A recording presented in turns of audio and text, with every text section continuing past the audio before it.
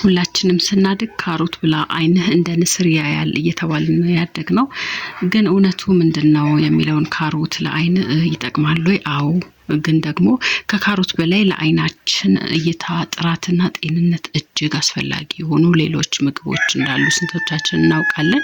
ይህን ጥያቄ እንግዲህ ለእናንተ ትቻለሁ። ዛሬ እንግዲህ ከካሮት በላይ ጥቅም ያላቸውን 6 ምግቦች እናያለን። እስከ መጨረሻው ድረስ አብራችሁኝ ቆዩ። ካሮት ቫይታሚን ኤ አለው። ቫይታሚን ኤ ደግሞ በጨለማ ለማየት ይረዳል።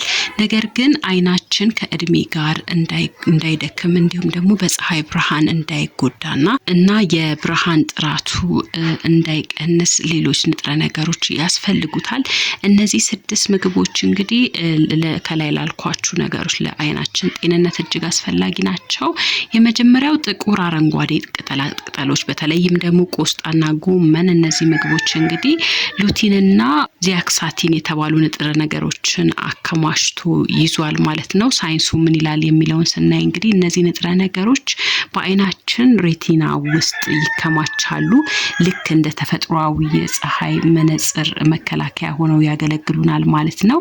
ከስልካችንና ከፀሐይ የሚመጡ ጎጂ ሰማያዊ ብርሃንን ለመከላከል እጅግ አስፈላጊ ናቸው ማለት ነው። ሁለተኛው የባህር አሳዎች ናቸው። እንደ ሳልመን፣ ቱና ያሉ አሳዎች እንግዲህ ለአይን እጅግ አስፈላጊ ናቸው።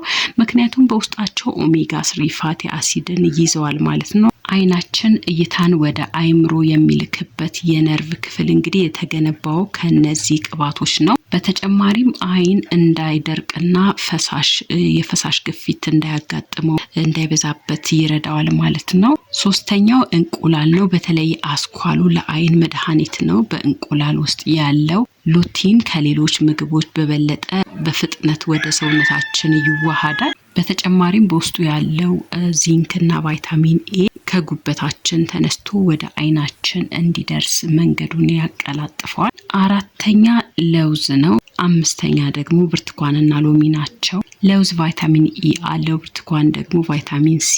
እነዚህ ሁለቱ እንግዲህ በጥምረት እንግዲህ አንቲኦክሲዳንት አላቸው ወይንም ደግሞ አንቲኦክሲዳንት ናቸው ማለት ነው። አይናችንን በብርሃን ምክንያት እንዳያረጅ ይከላከላሉ። የአይን ሞራ የመያዝ እድልንም እንግዲህ በከፍተኛ ሁኔታ ይቀንሳሉ።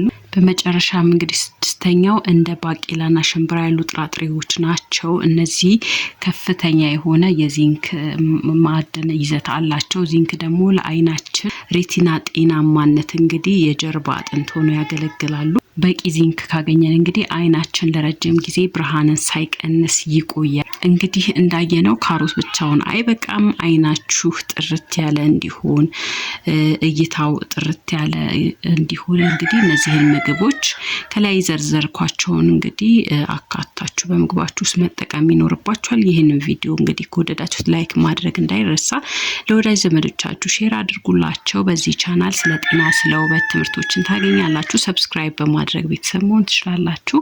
በቀጣይ በጠቃሚ ቪዲዮ እስክንገናኝ ድረስ ጤና ይስጥልን።